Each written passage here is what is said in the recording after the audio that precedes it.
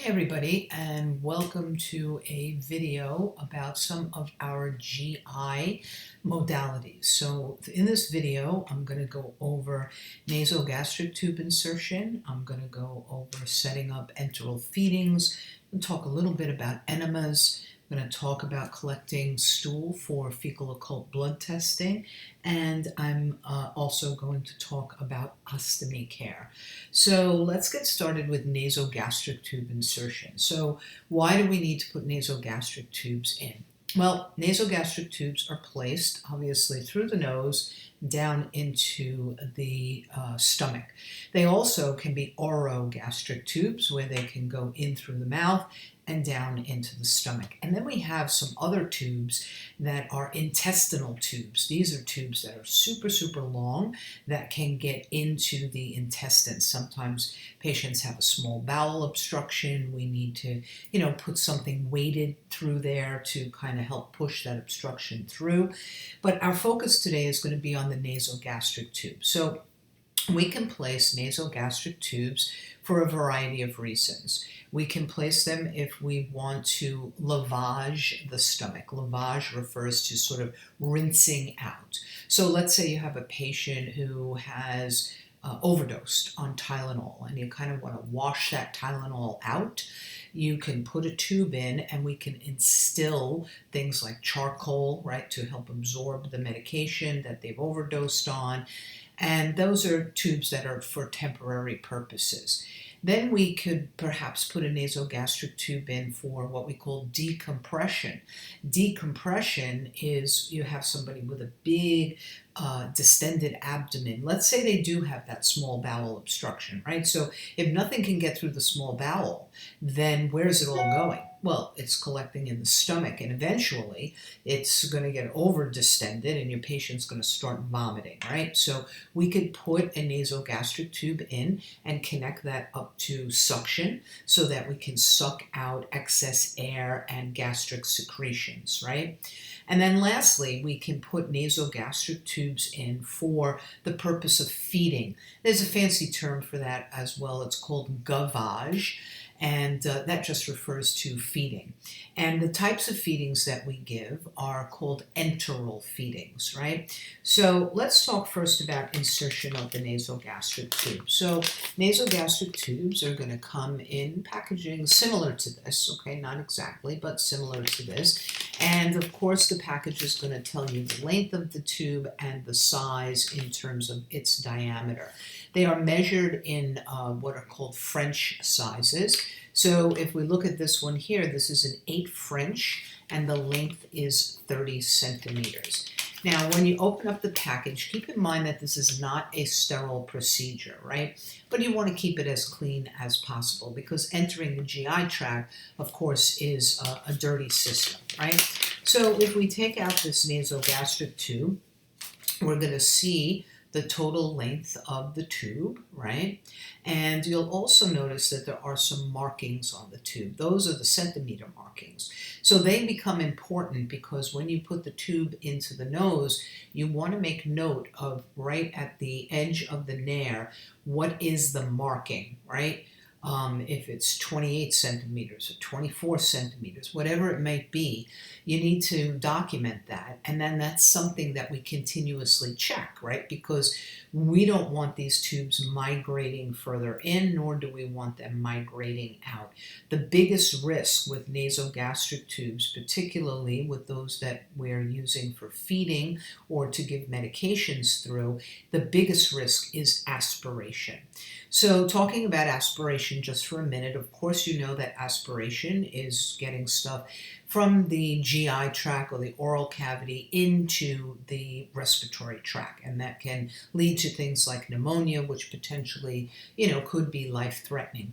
So when we are giving patients medications or feedings through these nasogastric tubes, we always want to make sure that the head of the bed is at a minimum of 30 degrees, right? We would never want to lay a patient flat because those feedings could come back up the esophagus and up and over into the airway, and patients will aspirate. So if you ever have a patient, and I'm sure you will have a patient with the nasogastric tube feeding, what you want to make sure that you do is that if you need to lay the patient down for any reason, let's say you're doing AM care, or perhaps they've been incontinent and you need to, clean them up, whatever the case may be, if you're going to lie them down, you have to shut off their feedings, right? You have to make sure that you shut off the feedings, and then when you sit them back up again, you can go ahead and restart the feedings. Now, in terms of putting in the nasogastric tube, okay, we're going to need some equipment. So of course we're going to be wearing some gloves. Okay, so I have some gloves right here, and then we're going to need some lubricant. Okay, so lubricating jelly. Lubricating jelly is a water-based jelly, and anytime you're using any kind of lubrication for a tube, for a suppository, for an enema, any kind of instance like that, the lubricating jelly has to be water soluble, right? So we never use things like Vaseline or anything that's petroleum based. So this is a water-based lubricating jelly. So we need that for our insertion. And then we're going to need some type of a nasogastric tube securement device. Now you'll find that in the clinical area, some places may not have these fancy devices, and we're simply going to use tape. Right? But in this package, I get an alcohol prep. So where are we anchoring this tube? We're going to be anchoring it to the nose, right? So we want to make sure that we clean off with alcohol to get any, oils or sweat off of there so that our tape sticks well. You're also going to find that they're going to give you a little strip, additional piece of tape. Some other, clear dressing type of tape. And then this is the dressing in and of itself, okay? So I did open this before, so it kind of got a little discombobulated. But when I use it, I think you're going to get the idea, and you'll have the opportunity to practice this in the lab. Lastly, they're going to give you something called a shore prep, or don't memorize the name. This is a skin protected barrier. So, look, you're going to be putting tape on the patient's nose. The face is a delicate area. You don't want any kind of skin breakdown. So after you clean off with the alcohol and the alcohol has dried, you're going to put some of this shore prep on, and that's going to dry as well. And it's adding basically like a microscopic layer of like extra skin, right? So kind of to protect the nose. So we have all these pieces of equipment ready to go. So of course, first and foremost, I have to explain to my patient exactly what I'm doing, why it's being done. Now, when we talk about nasogastric tube insertion, as you can imagine with any other kind of tube insertion, patients are never excited about having tubes put down their nose and into their stomach, right? So they, it takes a lot of convincing why the patient needs it. And it's not a comfortable procedure to have done. So you want to make sure you use plenty of that lubricant, right? So some things, to explain to the patient is that they will be in a seated position, right? And we actually would like them to kind of tilt their head forward just a little bit as we are inserting the tube. We want to also have maybe a cup of water because when you put the tube in, if your patient could take a sip of water and swallow that water, hopefully they swallow the tube with it, right? Because the big issue here in putting the tube down is all about potentially getting into the respiratory tract, right? So, but I want to put a big asterisk by that cup of water. If you have a patient who's getting tube feedings because they are aspirating, then you can't give them a sip of water to help get that tube down, right? Hopefully that makes sense to you. So, these tube feedings, this is not a permanent measure either, right? Patients may need some tube feedings because they are temporarily unable to swallow, or they are temporarily, unable to feed themselves. They have some sort of neurological issue, right? Or maybe they have failure to thrive. They're just not taking in enough calories. And so we want to supplement them with some tube feedings. If patients are going to require a nasogastric tube for an extended period of time, and I would say, looking at predicting that this patient is going to need a tube long term, then you really have to go with a gastrostomy tube. So a gastrostomy tube is a tube that is placed directly into the stomach through the skin overlying the abdomen, right? And that's a procedure that's done usually in an endoscopy unit. It can be done at the bedside, but these are more permanent kinds of tubes. We have the gastrostomy tube, and then just think for a minute, what if you have a patient who doesn't have a stomach, right? A patient maybe who has gastric cancer and they've had a gastrectomy and their stomach's been removed. They're going to need a different kind of feeding tube, right? And that would be a jejunostomy tube, a tube that gets surgically placed directly into the jejunum. But again, our focus here is going to be on these nasogastric tubes, talking about this insertion. So first thing that I'm going to do is I'm going to open up my lubricant, and I've actually opened up this package where my nose holder kind of came in. I opened it up because I'm going to put the lubricating jelly right on that package, right? So I kind of just dumped it out right onto the package so that I can run my tube through that, okay? So let me just put this garbage to the side. I want to bring my guy in a little bit closer so that hopefully you can see him. Okay, so it doesn't matter which nostril you use, okay? Basically, you want to use the one that has the path of least resistance, okay? So I'm going to put my gloves on, and then I'm actually gonna prep his nose first, because we have that whole drying thing, right, with the alcohol and with the stuff that's going to protect his skin. So let me use the alcohol first. I'm just going to wipe this area and get any kind of dirt or sweat or oil off of his nose, right? And I'm going to let that dry. And then I'm going to open up that Shore Prep, that skin protectant pad. And you'll notice it's about the size of an alcohol pad, but it has a different chemical on it. So let me just look here and make sure that he's dry from the alcohol. It looks like he is. So I'm going to kind of just paint this on his nose. Okay, I'm going to paint this right on his nose. Okay, and now while that's drying, I can get my other stuff ready. So let's take a quick look at this tube again, right? So remember I told you it's calibrated, right? So that it has those numbers on it. You'll notice at the end here, there seems to be something coming in and out, and it has a little warning sign on it, and it says remove guide wire after placement. And it also tells me that this tube is only for feeding, medication, and hydration. So inside of this tube there is a thin metal wire, and that's going to stay in place while I am inserting the tube, because that helps keep the tube a little stiffer so that it makes it easier to get down. Because one of the big problems with putting in these nasogastric tubes is as you go down the nose, they start to coil up in the back of the throat. Now, of course, you can expect that when you put this tube down, your patient's going to cough, right? So you kind of just stop when they cough. Don't take the tube out, but just stop and then continue passing the tube. You can ask your patient to please try and swallow as the tube is going down, because that helps us ensure that it gets into the GI tract. Okay, so let's run. I'm going to run this tube. I'll just show you here. I'm going to run this tube through my lubricant. Okay, so one thing about lubricant, whatever you're using it for, you can never have too much.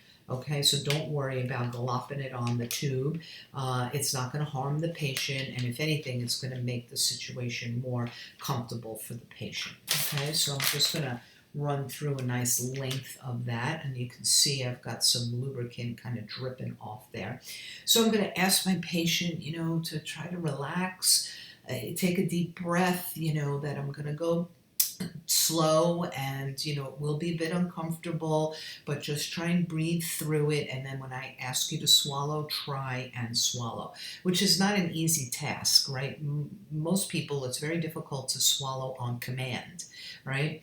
Okay, so I'm going to go down this left nostril, right, and I'm going to insert this tube in, okay, and pass it down. My patient starts to cough a little bit. I ask him, take a deep breath, try to swallow for me. And it looks like, this is about as far as that tube is going to go. So here's the big question. How do you know how much tube to put in a patient? Okay, so let me show you. So we'll just take this out momentarily. So there is a formula. And the formula is that we go from the tip of the nose to the ear, down to the xiphoid process, okay? So if we go from the tip of his nose to his ear, and then down to his xiphoid process, it looks like our friend here is going to need approximately 40, almost the whole tube, 45 centimeters of tube, okay? So again, we have lubricated, we're going down. Okay, we know that the patient's going to need almost the whole tube, so I'm going to continue to pass this. If he starts coughing or he gets uncomfortable, I can stop right here, tell him to take some deep breaths, it's almost done, etc. Okay, so with my mannequin here, of course, I can't push it any further, it's not going. So, but we do know that for this guy, we would have gone almost to here on the tube, okay? So once the tube is in place, I'm going to then untwist that stylet, and I'm going to pull that stylet out, okay? And you're going to see that here's the stylet, that's out, and you're going to see that your tube is much more flexible now, right? So once the tube is in place, now it comes time for us to put that sort of fastening device on the patient's nose, right? So there are a couple of pieces of paper to remove. So we'll remove all of the paper, and sticky side, I'm going to put that right up here on the bridge of his nose, okay? And remember that skin prep stuff has dried already. Then I'm going to pass, you can see there's kind of a hole here for the tube. I'm going to pass that tube through there, and I'm going to crisscross, okay? I'm going to crisscross, and I'm going to get this, not in his eyeball, okay? I'm going to get this stuck, okay? All right, so nasogastric tube is in place. It has a cap on it, right, so that you can close it off so that you don't have leakage of GI contents coming out. So now that the tube is placed, how do we know it's in the right place, right? Unfortunately, I do not have x-ray vision, so the answer is we need an x-ray. I want you to think just for a minute, what kind of x-ray do we need? Do we need a chest x-ray, or do we need an abdominal x-ray, right? This tube went into the stomach. Which x-ray should we do? The answer is chest x-ray. Chest x-ray is the gold standard for determining if your tube is in the correct place, okay? The gold standard. So it must be done before this tube can be used. The reason why it's a chest x-ray is where do we want to make sure the tube is not? We want to make sure it's not in the lungs, right? So that's why we need the chest x-ray and not the abdominal x-ray. All right, so he's had his chest x-ray done, and the provider tells us that the tube is in place and the tube is ready to use. So fantastic. I'm going to try to start some feedings on this guy. Now, of course, I don't have an IV pole at home, so I'm going to attempt to use my lamp here. Without a shade on it, and see if we can hook that up. Oh, just to show you with the fastening thing, so here's another piece of tape. I don't know, I don't kind of like that hanging in his eyeball, right? It's kind of like right in his line of vision. So how about I do this, and I put this on his forehead, right? What do you think about that? I think I like that idea. I'm going to put that right on his forehead. Let me see if we get that little paper off. So that's much better. Now, what are the potential problems with these tubes before we get to the feeding? So first and foremost, aspiration. Big problem, okay? Head of the bed at 30 degrees at all times. Do not lay your patient down if they're getting continuous tube feeds. Shut them off, lay them down, do what you have to do, sit them back up, turn the feeds back on. Other problems with these tubes. Certainly they're uncomfortable. I mean, this looks uncomfortable. It's like pulling his nostril up, right? Skin breakdown right here at the nair, where that tube is kind of pulling on the nostril a little bit. You have to be careful of that. You have to watch for that, okay? Skin breakdown. Okay, so let's get our feedings ready. So we have feeding bags, okay? This is 1,000 milliliter gravity feeding set. Okay, we do actually have feeding pumps that are very similar to the IV pump, right? But they're made exclusively for feedings, okay? So you'll see that it comes with a label because, of course, we're going to have to label the bag, and then it comes with the bag, okay? So this is the bag. Up at the top is a big wide opening for you to put the feeding into, right? And then to close the top up to make sure that it is airtight. And then we have tubing. And your tubing, again, very similar to IV tubing. And same sort of deal. When you open this tubing up, first thing you should do is close that roller clamp by sort of, that little, that wheel, sort of pushing that all the way down.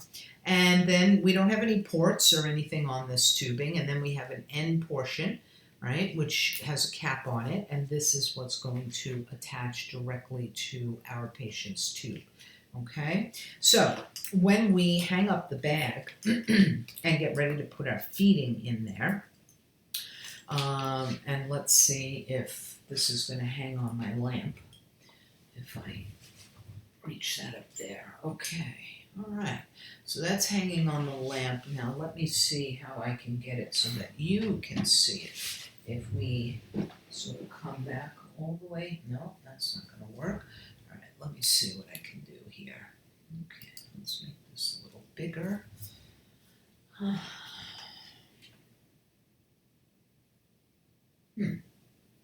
Okay, let's see something here. I'm wondering if my lamp comes apart. I don't think so. Okay. All right, we're just going to have to, I'm going to lean this forward. No, kill myself with the lamp. Okay, so we've hung it up, okay, and this is going to flow via gravity, okay? So what I'm going to do before I hang is I'm going to prepare the feeding. Let's talk a second about feedings. Feedings are going to come in cans, or they're going to come in this type of a container, like a soft milk container. This particular feeding is called Jevity. It says it's complete balanced nutrition with fiber. This is an 8-ounce container that has 285 calories in it. So for each milliliter, it is 1.2 calories per milliliter. So there are lots of different kinds of feedings, and we're going to talk about some of them in lab, but there are feedings that are made specifically for patients with pulmonary disease, specifically for patients with renal disease, with cardiac disease, for heart failure patients, patients with COPD, because their nutritional needs are different, right? So think about that, how many calories per ml. If you had a patient with heart failure, wouldn't you want them to have like a feeding with maybe 3 or 5 calories per ml, so that this way you can give them less mLs, right, and still get the same number of calories, because these patients are already fluid overloaded, right? So just think about that. Okay, so let's open up the feeding, okay? It opens up just like a milk container, okay? And I'm going to pour that feeding into here. Again, making sure that my clamp is completely closed. I'm going to pour that feeding right into here, okay? There we go. And then I'm going to close up the top. Now remember, when you're giving your patient tube feeds, keep in mind that these patients, they're used to eating food, right? They're not used to having an all liquid diet. So sometimes at this start of tube feedings, you can expect your patient to develop, unfortunately, some diarrhea from this. So there's my feeding in there, right? I closed up the top, and I'm going to hang this back up on my lamp setting, okay? And what I want to do is I'm going to slowly, I'll just bring this a little closer since you're not going to be able to see the top anyway. I'm going to slowly open up this clamp, and I'm going to allow that feeding to come down, okay? Sort of unbunch that a little bit, okay? And I'm going to allow that feeding to come on down. Oh, don't tell me I have a malfunctioning bag. Okay. Well, at any rate, you're going to let that feeding come down into this drip chamber, and it's going to continue down. Let me take the cap off this end. There we go. So you can see the feeding, hopefully you can kind of see it, coming down the tubing, and I want to get it to the end of the tubing before I connect to my patient, right? So we're letting this come down, and I'm going to get ready with my roller clamp because I don't want it to drip on the floor, right? I'm going to let that come all the way down using gravity. I'll put this end down, and come on, slow, slow, slow, keep dripping. All right, it's getting there. Almost.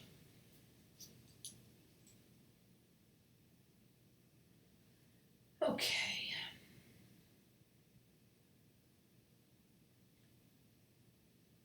All right, we are finally at the end. I'm going to close up this roller clamp all the way. I'm going to put this cap back on. I'm just going to hang this here for a moment until I'm ready to connect.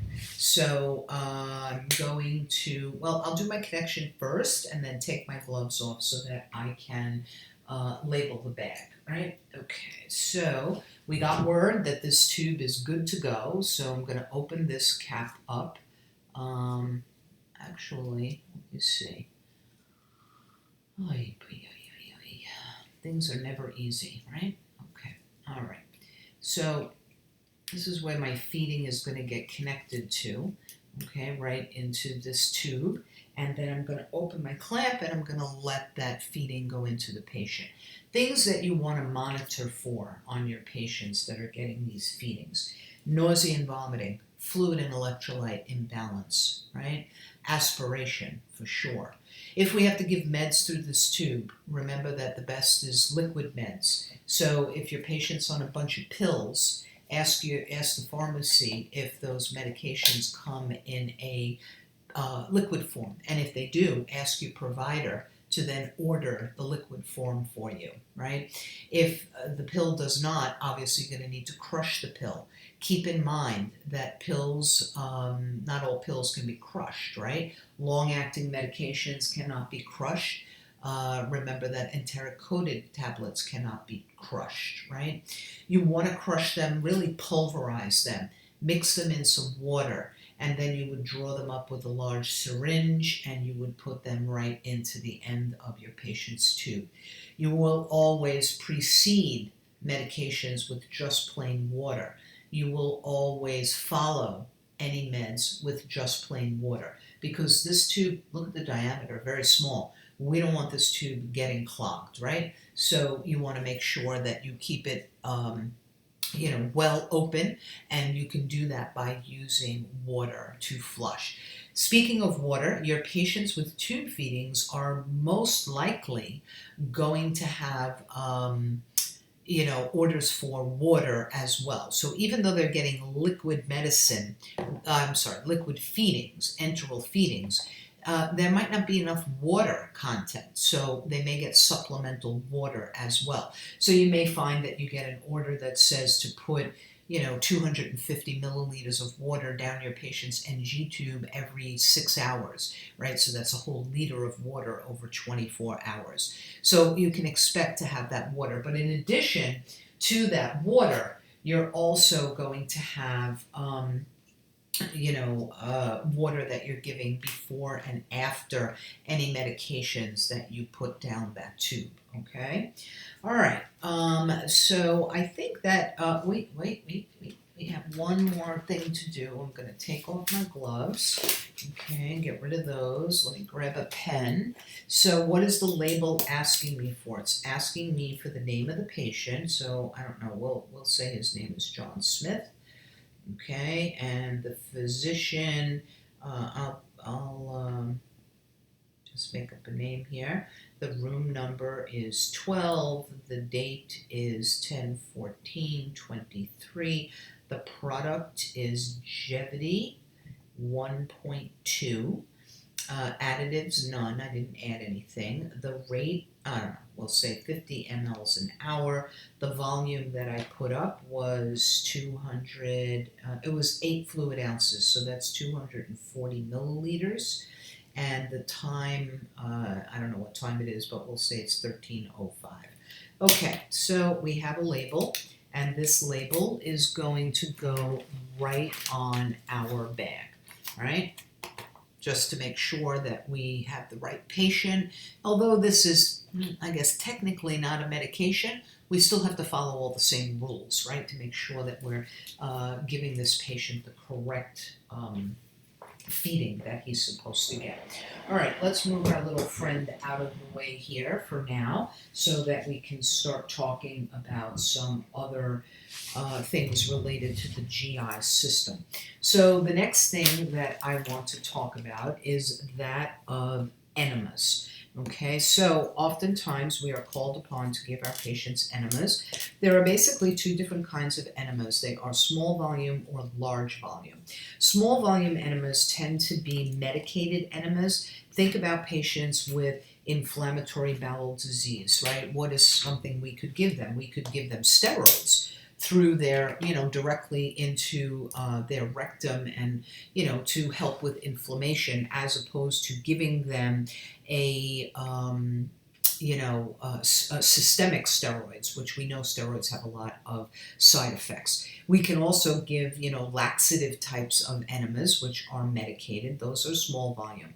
Large volume enemas tend to be either a tap water enema or a soap sud enema.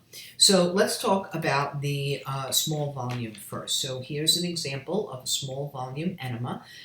This is also known as a Fleet's enema. So this says right here it's an enema that it is a saline laxative for relief or occasional constipation. It has a soft, flexible comfort tip, and it is latex free. It is 4.5 fluid ounces. So if we open up this enema so that I can show you, it's a good thing. There we go. Okay. All right. Here is the enema. Okay. It's clear liquid usually. We can even have small volume enemas that are even smaller than this, right? Could be 30 milliliters, 50 milliliters, right? Now, generally speaking, these tips come pre-lubricated. There's lubrication inside the cap. So when you pull off the cap, it lubricates the tip for you. So optimally, well, let's do the large volume enema first. Okay, so this is your small volume enema. Now let's take a look at your large volume enema. So they tend to come in sort of packages like this with a perforation. Okay, and it says on it cleansing enema kit. So, what does it have in it? Well, it has a couple of things. First of all, it has a bit of a drape. Now, this drape is not a sterile drape. Obviously, you're giving an enema. This is not a sterile procedure, right? This is a drape that is, of course, shiny on one side. That's the waterproofing. And this is what's going to go underneath your patient's behind. I wouldn't just rely on this, right? Get yourself a big chuck. Make sure you pad the bed well, okay? It also is going to have some Castile soap. Castile soap is what we use for a soap sud enema. I will tell you, just as a little aside, Castile soap is really good for your hair. So if you open up an enema package and you don't use the soap, take the soap home. It's good for your hair. All right, and then lastly, we're going to have the actual enema bag, okay? So at the top, there is a portion that you can kind of squeeze to open, and that helps you, that's where you're going to add your water. And then, of course, we have tubing, and again, the end of the tubing has a cap on it, which is actually pre-lubricated, okay? But, as I said before, you can never have too much lubricant. So make sure that you bring an additional package of lubricant with you into the room, right? That you have that water-soluble lubricant. You'll also see that there's a clamp here. This is referred to as a slide clamp because literally it slides across the tubing. So when we have it in that position, it is closed. And when we have it in that position, it is open so that your fluid will run. So what temperature water are we using in here? We're using room temperature. And the enema, as I said, is called the tap water enema. So we are using tap water. Do not use sterile water for an enema. Do not put sterile water into the GI tract. Why? Sterile water is hypotonic, and we are isotonic, right? So we know that that's going to cause a problem. So we use literally regular tap water. We want it to be like room temperature, so maybe a little bit warm, but certainly not cold. That can cause cramping, and certainly not hot. That can cause cramping and discomfort as well. So positioning our patient is very important. We would like our patient in a what we call the Sims position, and that is on the left, laying on the left side, bringing their right leg and their knee bent sort of up towards their chest. You want to make sure that you've padded the bed well. Again, nobody wants an enema, right? It's not a pleasant experience. You're going to have to provide emotional support to your patient, talk them through it, lots of deep breathing while you're putting in the fluid. The small volume enemas, of course, are a little bit easier because small volume, right? But the large volume enemas, we are talking about generally 1 liter to 1.5 liters of fluid that is going to be instilled into the patient. Now, as you are, putting in, you have your patient in their proper position. Of course, you're wearing gloves. You're putting that, tubing, whether it's the end of this or it is the end of this tubing, into your patient's rectum. You're asking your patient to take some deep breaths to try to relax. In terms of the how far do you go? So for the small volume, you're really going to put this whole part into the rectum. For this type of tubing, you're going to go about 4 to 5 inches into the patient, okay? So again, lots of lubrication. And then you're going to start, with this small volume, you're going to squeeze it so that the liquid comes out into the patient. With this large volume, this is something that you're going to use your IV pole for again. And you're going to let it run by gravity. But always make sure that you have control of this clamp. If your patient starts complaining of, cramping, right? You may need to clamp off the enema, right? Don't take the tube out, just clamp it off. Do some deep breathing with them. As soon as they're feeling better, you can start the flow of fluid again. The idea behind any enema is to get your patient to hold that enema for as long as they can, because remember, they're severely constipated. So basically you want this fluid to stay in so that the fecal material will absorb some of that fluid, get softer, and then make it easier for the passage of the stool. With the medicated enemas, not talking about the laxative ones, but the ones like with the steroids, you want them to hold it, right? Because you want absorption of that medication. So the longer that they can hold it, the better that it is. You should always, have a bedpan readily available, or maybe a bedside commode. Or if your patient is capable, they might be able to walk to the bathroom after you've given them the enema. But again, make sure you pad the bed well, okay? Because sometimes patients, they just can't hold it and it comes, back out at you, okay? So that's it for enemas. In terms of complications, really abdominal cramping, is there a possibility that you could perforate the bowel wall? Of course, right? The bowel mucosa. Yes, so that's why we want lots of lubrication. We never force the tube in.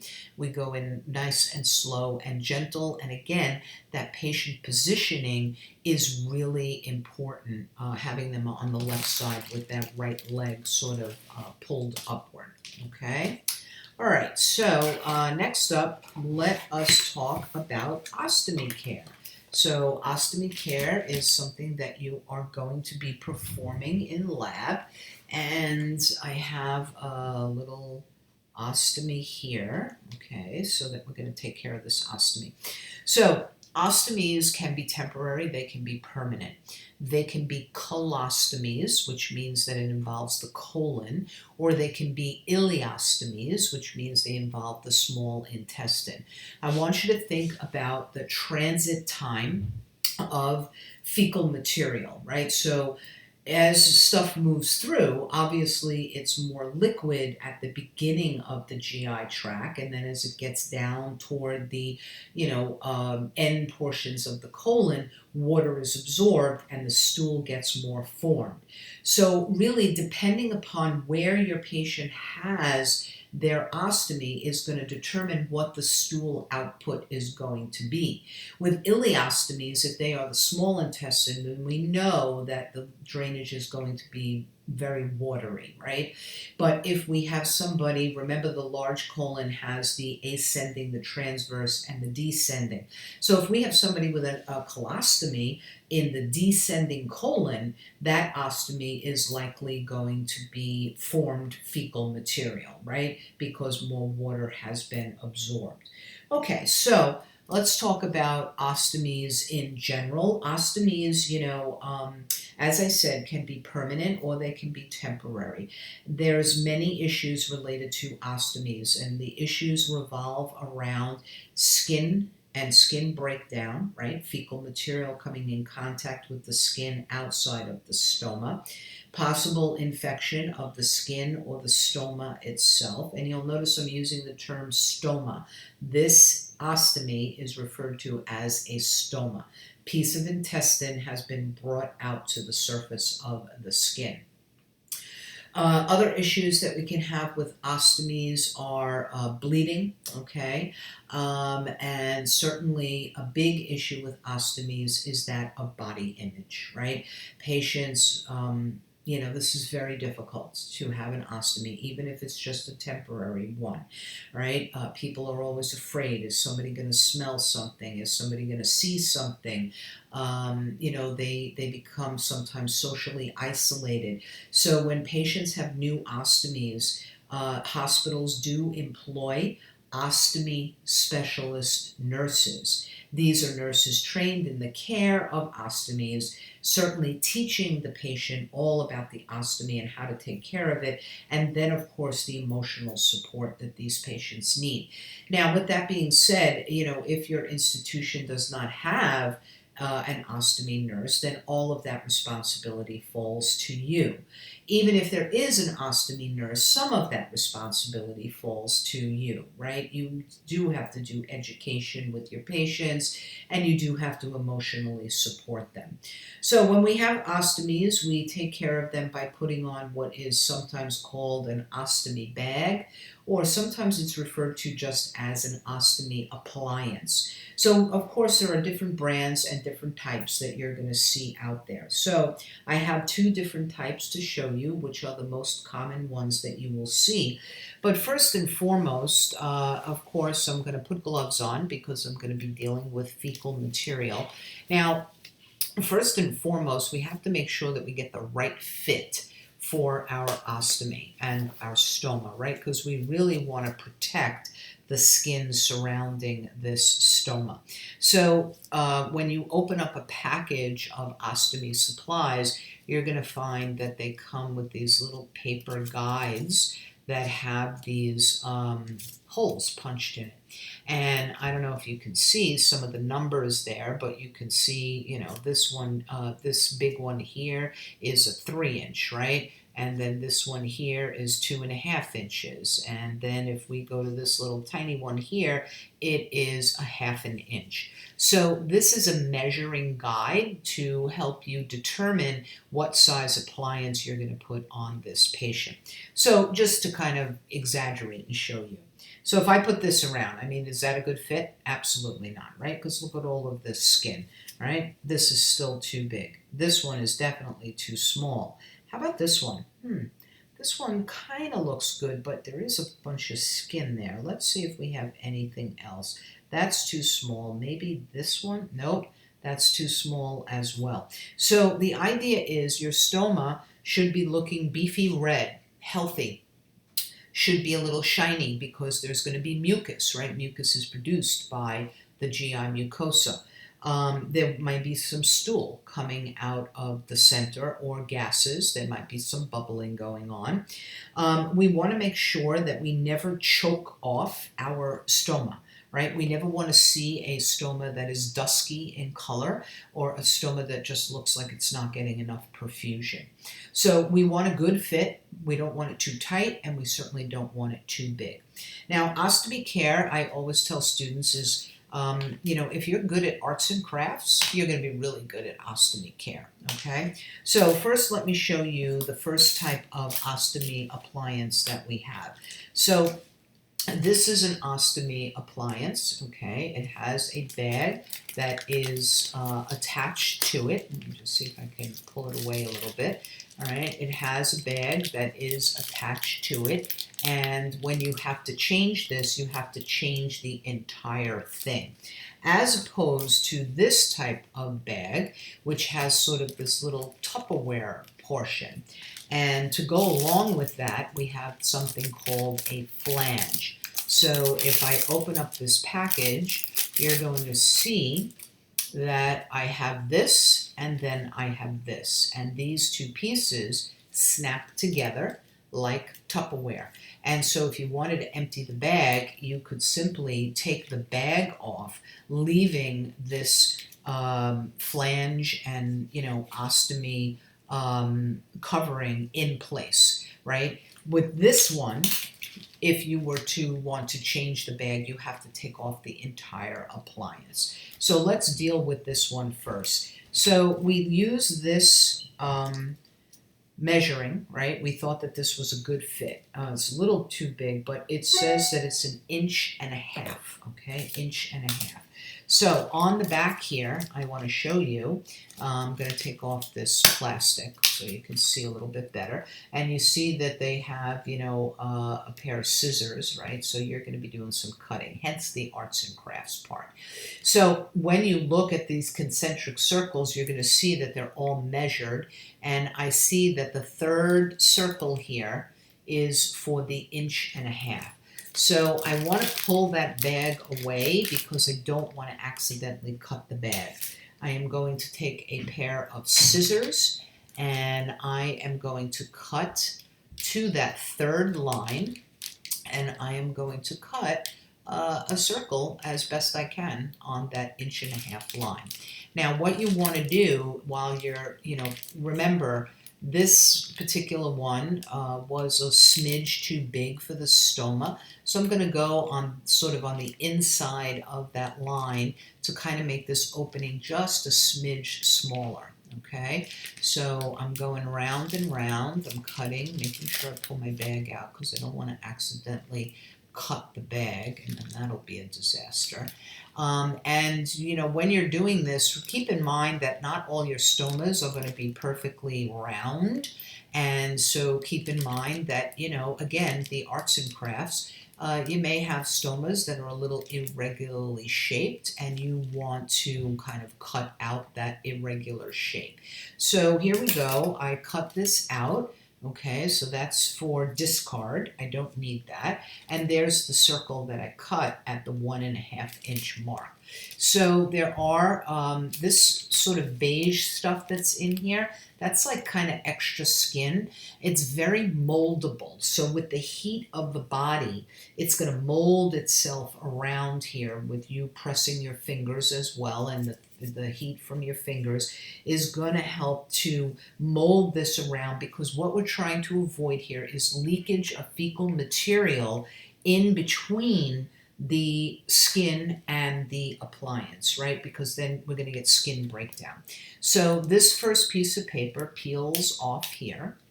I'm going to position this right over my stoma, so it looks like we have a pretty good fit. And I am going to kind of use the heat in my fingers to kind of mold this beige stuff down, okay? And then there is another adhesive. I'm pulling off the paper, okay, sort of all the way around. Very similar to, you know, when you put one of those bio-occlusive dressings on, very similar to that, where you know, when you have to pull off that paper and kind of use your finger to get this to stick down on the skin. And again, we want it to be as occlusive as possible to the skin, right? Because we don't want that leakage. Okay, so my appliance is on, but the end of my bag is open, right? So whatever comes out of the stoma is going to be leaking out. So we have these clamps. These clamps look like this, okay? They have a little curve to them, you can see. And they open by, okay, let me close it. So this kind of just pushes up, okay? And what you want to do is you want to take the end of your bag and you want to wrap it around the thinner portion, okay? Like this. Let's go this way so you can see better, okay? And I then want to close this up, all right? So I'm going to put this on right over the bag and kind of click it into place. Make sure that it's closed, okay? So you see now I have this clamp on. So that prevents anything from spilling out. So this is our end product here for our ostomy. Okay, now one thing about these clamps, so when you open up your supplies, you're going to get a big box of supplies, right? It's going to have a whole bunch of, you know, ostomy appliances in it. But interestingly, they only give you one clamp. So do not throw out the clamp, okay? Do not throw out the clamp. Okay, so let's take this off, and I'm going to actually remove this appliance. And what I would do is I would just fold it in half, and then this would go in the garbage. Let's see that other appliance. So it's kind of the same principle, but the difference is that this is two pieces, right? So this is a one-piece appliance, and this is a two-piece appliance. So it's the same principle, though. You've done your measuring with your, you know, guide, right? And then on the back, again, it has some measurements that you can use. So I want to go with the 1.5 inches. So again, with my trusty scissors, I'm going to make a slit, looks like here, to the third line. And I'm going to start coming around, okay? And I'm going to start cutting, cutting, cutting. And I want to make sure that I'm pretty exact. Although, remember, this was a little bit too big, so I'm kind of making it a smidge smaller than 1.5 inches. One thing to talk about, again, with those irregularity or those irregular kinds of stomas, there are other products that you can use to help, you know, sometimes there's the skin surrounding it is not flat and you need to kind of build up one side. We have different kinds of pastes. We have powders that you can put on to help absorb moisture, and all of those things we'll go over with you in lab. Okay, so for this guy, I have made my circle. I'm going to peel off the plastic, okay? I'm going to put this on, all right? And again, I want to mold this around so that it kind of sticks really well. And then this one has 4 tabs. I'm going to pull off on either side to get this to stick down. Let's pull this side off. There we go. Make sure it's nice and smooth, sort of airtight, right? So that we don't deal with any leaking. And then my bag, okay, is going to snap on here to my patient, okay, like a Tupperware, all right? Okay, bag is on. So this is what we look like right now, okay? And again, I need that clip. I'm going to fold this over here.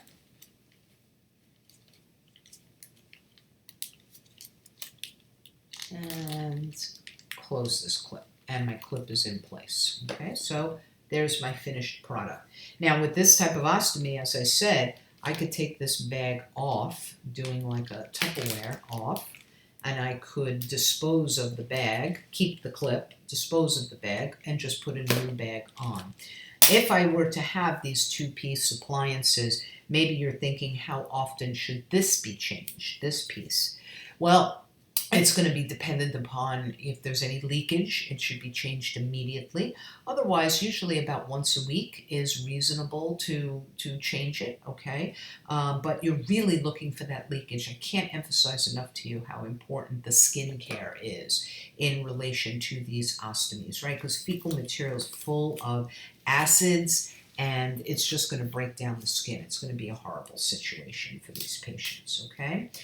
All right, so that's our ostomy. Now let's say that you need to collect stool. Our last topic is collecting stool for fecal occult blood. So remember, occult blood is hidden blood.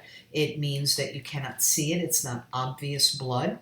So when we have to collect stool for occult blood, we're going to need some little wooden sticks, okay?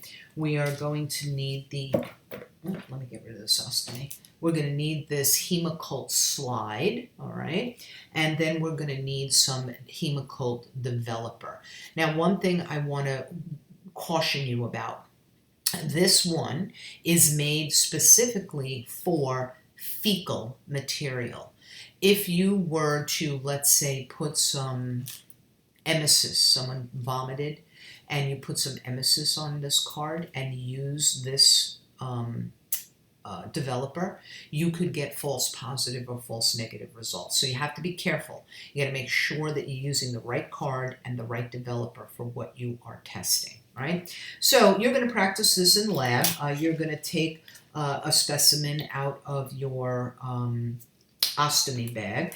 And so essentially what you do is, first of all, these cards have a sort of a quality control on them. So you have to make sure that you basically you're testing that the card is functional. So there are two flaps to the card. There is a flap in the front. Let me open this. Okay, there's a flap in the front, and you'll see there's two boxes there. And then on the back of the card, there is another smaller flap. And basically you see that orange box, okay? And you'll notice that that orange box, one of the circles is kind of like a pale bluish color, bluish grayish color. Okay, so what you're gonna do is you're gonna take your developer and you're gonna open up the developer and you're gonna make sure that the card that you are about to use is, yeah, I don't know how else to say it, that it's a good card, that it's a functioning card. So I'm going to put one drop in each one of those circles, okay? And what I want to see is that that little light blue circle got darker, okay? And then I can close up this flap, all right? And I'm going to open up my front flap now. On my front flap, you'll again see that there are two boxes, right? Two boxes. I'm going to take my stick. I'm going to have a piece of fecal material, whether it's liquid or solid, it doesn't matter. I'm going to go into a portion of that fecal material with the one side of the stick. I'm going to get a specimen, and I'm going to put a little smear in box A. Now, I'm telling you a little smear. All right, it doesn't have to be like a glob of feces, just a little smear in the A box. Then I'm going to flip my stick around and I'm going to use the other end of the stick to go to a different part of the fecal material and take a little specimen, and I'm going to put a little smear in box B.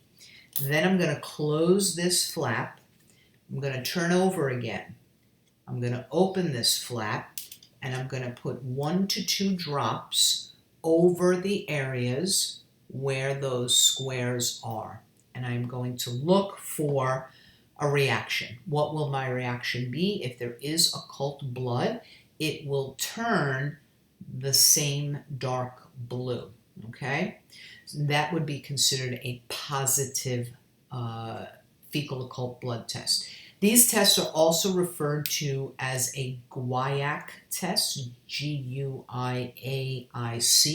guaiac test. So I think more commonly they're called guaiac tests. So if you hear somebody say, I need to do a guaiac, they're talking about fecal occult blood testing, okay?